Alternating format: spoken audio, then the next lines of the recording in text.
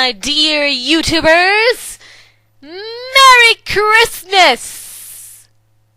Here is a possibly late Christmas present.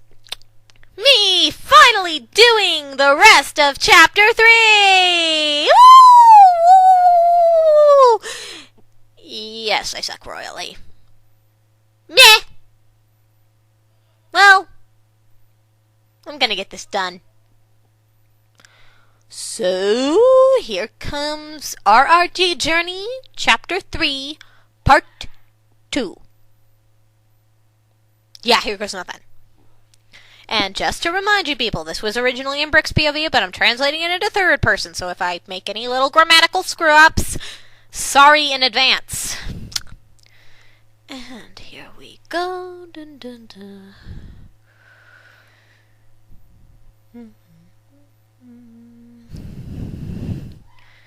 It was 2:30 in the morning, and Brick was still wide awake. The shocking events of the day still fresh in his mind. As usual, he was the only one who kept some extent of his cool during that sort of situation. Not only had Butch fainted, but he also had a major spaz attack after he woke up. Then Buttercup knocked him out again. Boomer hadn't said a word since he found out, apparently stunned, completely speechless. And Brick? He was just plain freaked. Little sisters. He still couldn't completely wrap his mind around it. He had little sisters that he had never known about, and Brisbane had imprisoned them, from what he understood. The jerk-ass never even let them go outside. Because they betrayed him, and gave him one heck of a butt-whooping with the help of the Puffs. And now they'd escaped, destroyed the lab where they'd been held hostage all their lives, and were running to the only place they could think of. Megaville. Weasel had left shortly after giving them the shocking news. He apparently was renting a house nearby in case they had any questions, leaving a large manila envelope and a CD case saying they contained information about the boys' sisters, the Rowdy Rough Girls. Brick shook his head furiously and then got out of bed, careful not to wake the boys. Though how they could sleep he had no idea.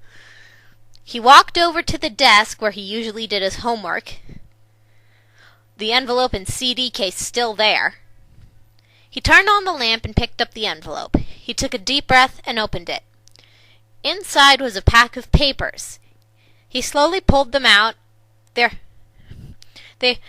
were paper clipped together with Project RRG printed across the front.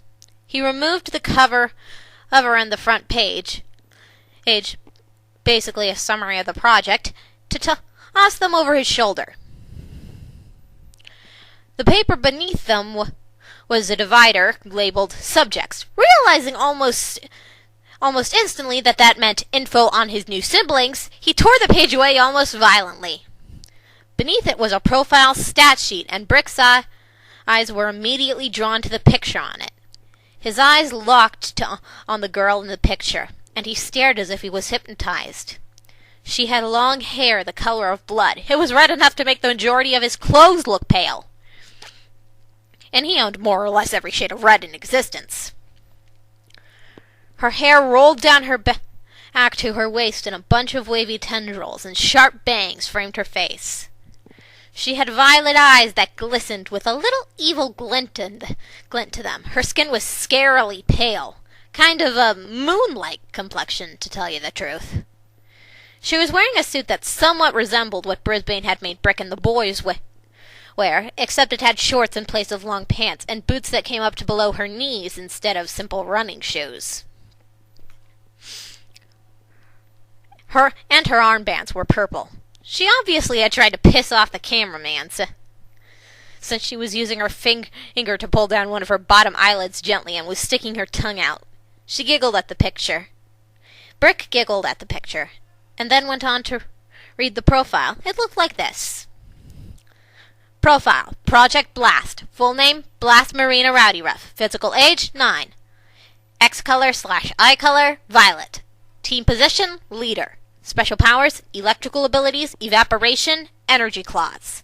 Notable attributes, achievements, exemplary leadership and unmatchable strength. Has led team through several endurance tests without fail. Personality summary, Blast is brash, arrogant, and she seems to take great pleasure in disturbing the researchers with petty childish antics and tricks. Her interfering behavior borders on insubordination. She despises skirts, dresses, and generally anything feminine. In battle, she tends to be cocky and a bit high on her own ego. Though she does seem to have the power to back up her gloating, though we fear her vanity could get in the way of her leadership. She is truly a force to be feared, and we all try our hardest not to provoke her. Brick had to restrain himself from laughing because, from his perspective, anyone could see that these guys had basically just said about her personality. That she's a slightly overconfident tomboy jerk who annoys us halfway to hell and back, but her bite is even worse than her bark, so we try not to piss her off.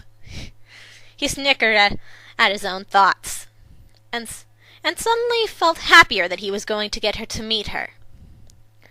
Something told the Red Ruff that they would get along just fine. Brick was about to turn the page when he heard sounds like inaudible whispering behind him. He instantly knew what was going on. Guys, if you're so freaking interested, then stop pretending to be asleep and get over here. The other two boys gave up their poor attempt at eavesdropping and slowly walked up behind their leader. "What you doing?" Boomer said in a slightly sing-song voice. "He speaks!" Butch joked. Boomer scowled. "Thank you for stating the obvious, Sir Faints-a-Lot." They glared at each other until Brick burst out laughing. Even at 3 a.m, those two could always find a way to get on each other's nerves. "I was just looking at some of the papers Weasel left. Figure if they're coming, I might as well learn all I can about them." Brick carefully unclipped Blast's profile and handed it to Boomer. While he and Butch looked over it with eager eyes, Brick moved on to the next profile. The picture attached to this one depicted a girl that looked like Blast's polar opposite. Her hair was pure white and had a silvery twinge to it, and fell straight to her waist in a neat cape. Her eyes were a bright shade of reddish magenta that were innocently staring at something above her, obviously not noticing the camera. Her skin was colored with a golden tan, sunny and warm. Brick slowly ran his eyes over her profile. Project Burn. Full name, Burn Corina Rowdy Ruff. Physical age, 9, is Blast's fraternal twin. X color, eye color, magenta. Team position, second in command. Special powers, pyrokinetics, illusion protection. Notable attributes, achievements. Acts as peacemaker of the group. Once completed an entire high-level sim battle on her own, blindfolded, on a dare from Blast. Personality. Burn possesses an odd split personality. Normally, she is rather quite absent-minded. She will often just sit somewhere and stare off into space for hours on end. However, she is also extremely sensitive. The tiniest annoyance can set her off and turn her into an aggressive girl with the power of a raging volcano. The only ones who can calm her in that state are her sisters. She is not to be trifled with. She did a high-level sim battle by herself, blindfolded on a dare? Boomer exclaimed while reading over Brick's shoulder. Butch let out an impressed whistle.